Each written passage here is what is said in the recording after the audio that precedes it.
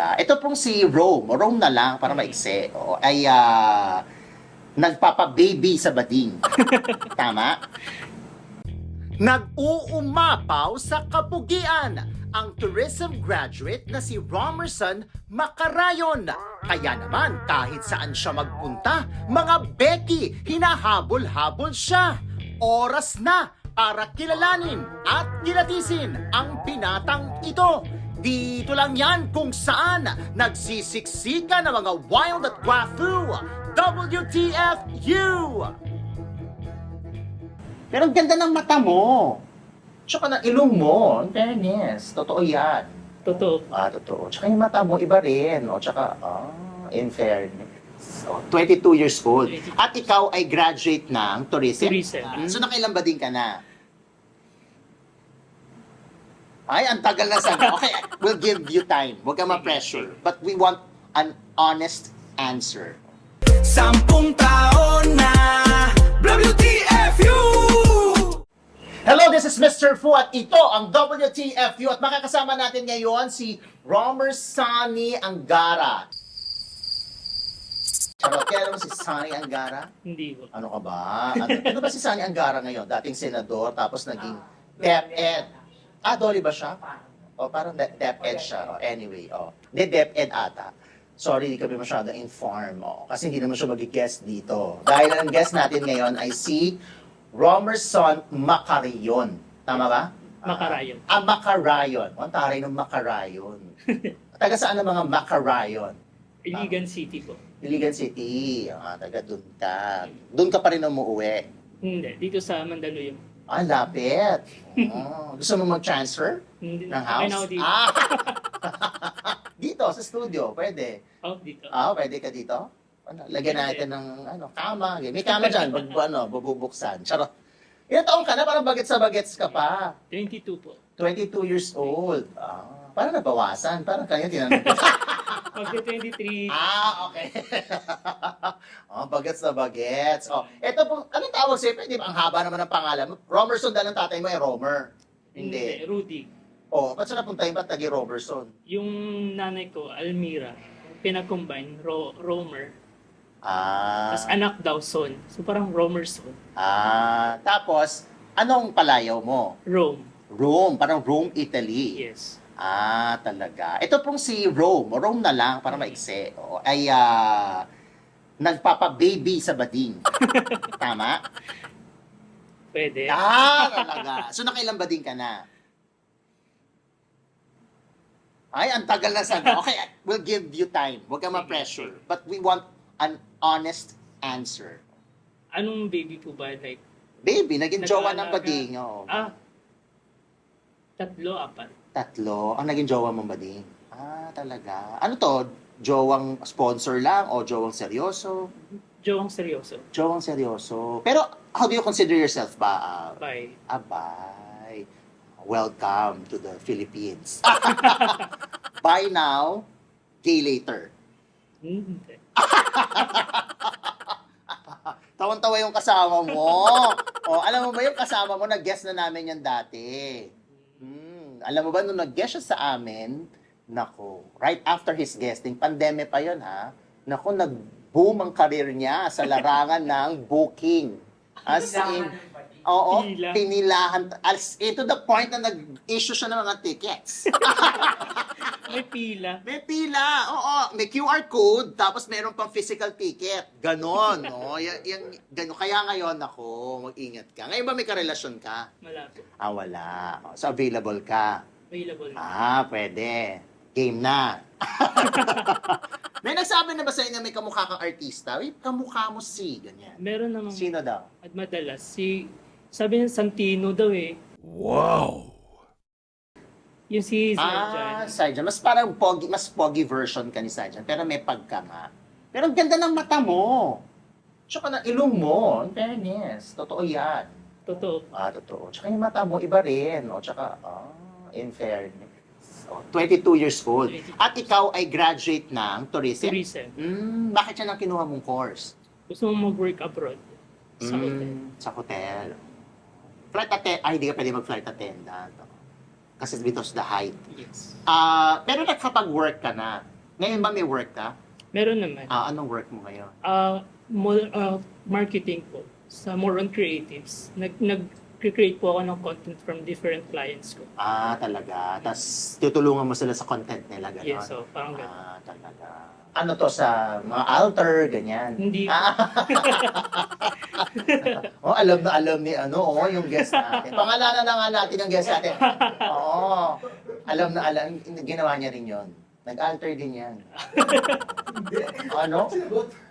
Nag-altar ka, di ba? Ikaw yung mga may maskarang unggoy. Tapos, nagpapakemi ka sa bakla. Anyway, ang tawag doon. So, maliban dyan, so that's your current job. So, yung dati mong trabaho, na-practice mo ba yung pagiging tourism graduate mo? Hindi po, kasi pag internship ko kasi sa HR ako nilagay. Pero yung nag-serve po nila ako. Tapos Nag-work ka sa HR sa Raffles, dito sa hotel. Sa hotel sa Makati. Ang daming baklang naka-raffles dyan. Nakailan ba din ka dyan? Wala po, kasi wala. nasa office. Nasa office, hindi ka nakita. Tago. Hindi ka nakikita. Pero I'm sure pag pauwi ka na, ayan na, nakikita mo na sila sa, ano ba sa Nero? Yun ba yung may malapit sa landmark? Oo. Ayan. Dadaan ka ng landmark, di ba? Yung connecting flight doon, papuntang Glorieta. Naku, alam mo ba, nung bagets ako, yan ang ruta ko. Tawag dito, Greenbelt, tapos landmark, tapos Glorieta, tapos SM, Makati, tapos yung MRT. Alam ko yan. Balik ulit. Balik ulit. Dyan, nakailang ka. Hindi mo makakalimutang experience mo dun sa pagta-travel mo dyan sa Makati nung nasa HR ka pa. Nung parang pauwi po ako, kasi nagko-commute ako pa uwi. Tapos dyan ako sumasakay yung sa may bus. Dyan sa katabi ng MRT.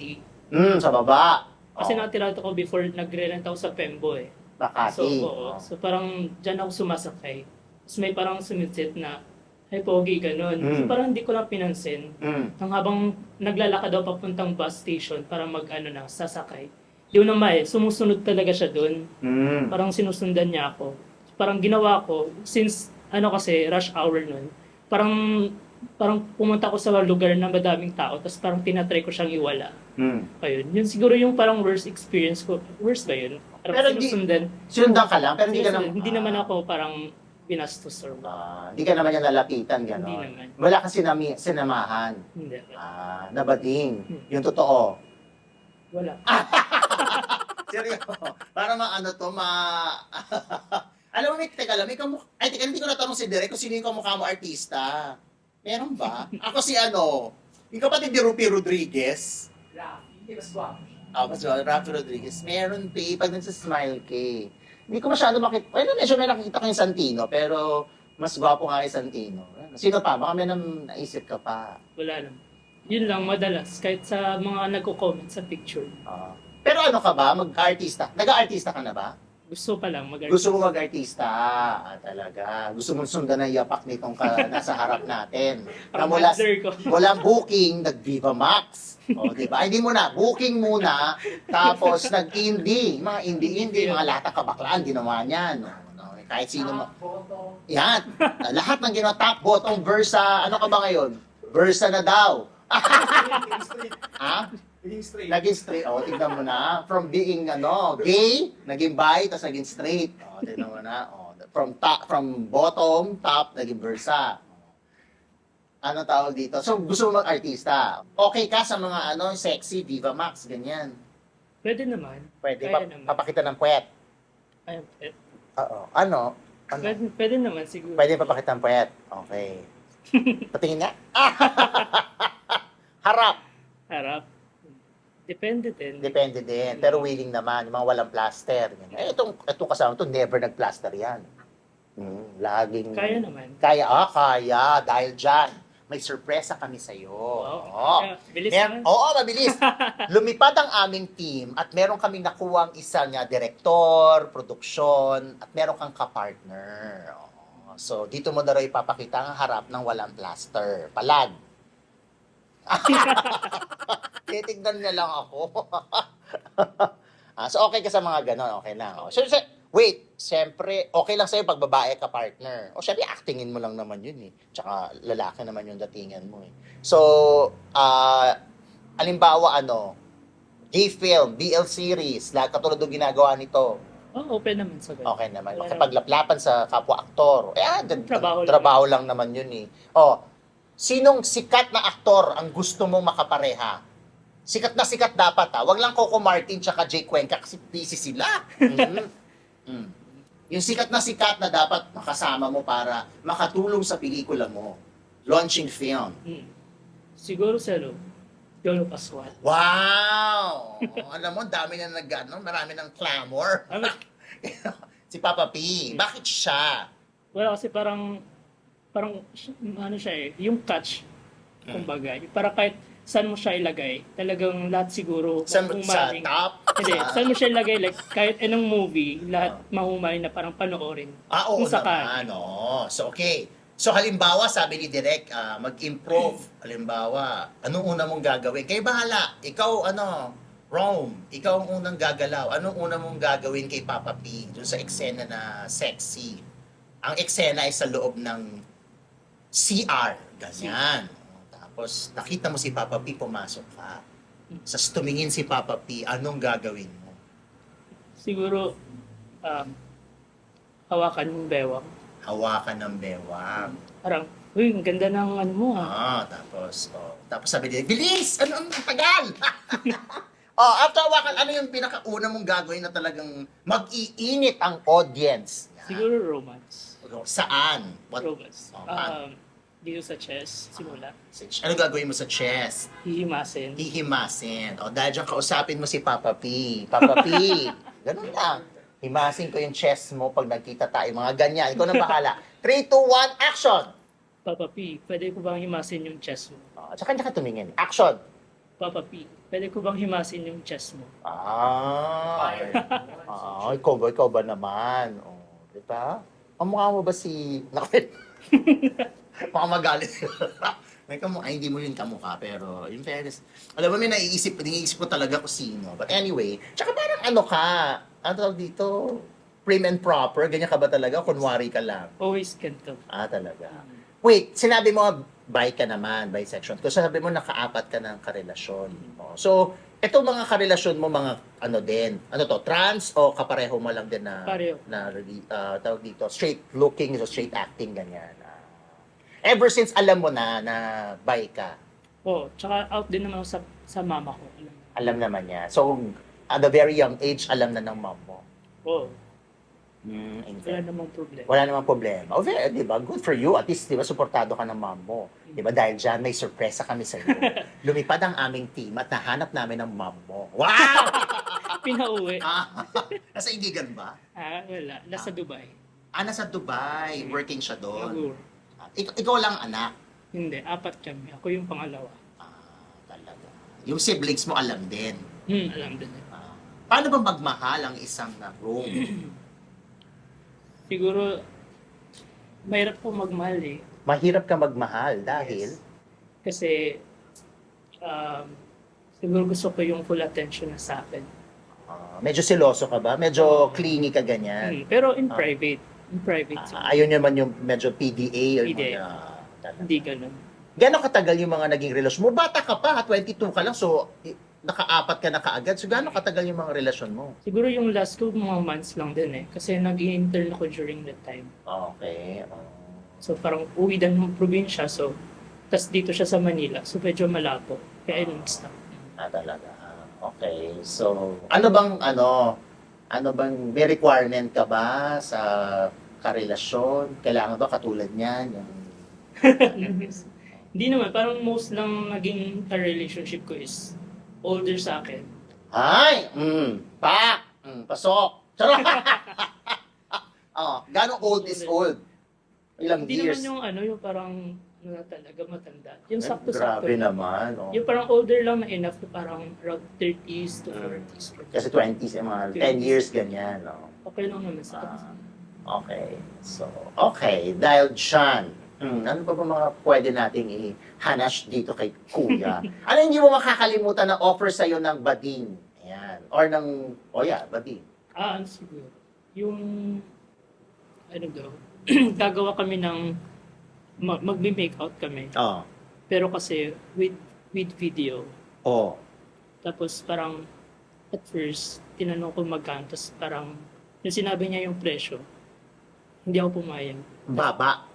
Oo, tapos times 2 niya. Oh. Tapos hanggang nag-times 3, hindi pa rin ako pumayag. Ano, gusto mo times 10?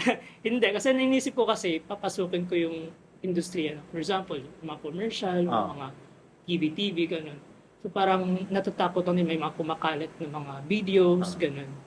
Parang iniiwasan ko lang din. Monay, pandesal o hotdog?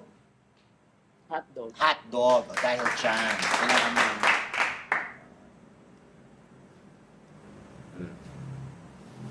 Alright. So, gano'ng kadalas ka mag-gym? 3 times a week. Go. Tapos, subarin mo na yung pants. Ito ba yung sinasabi ni Direk na magandang texture ng pants? Oo nga. Fair.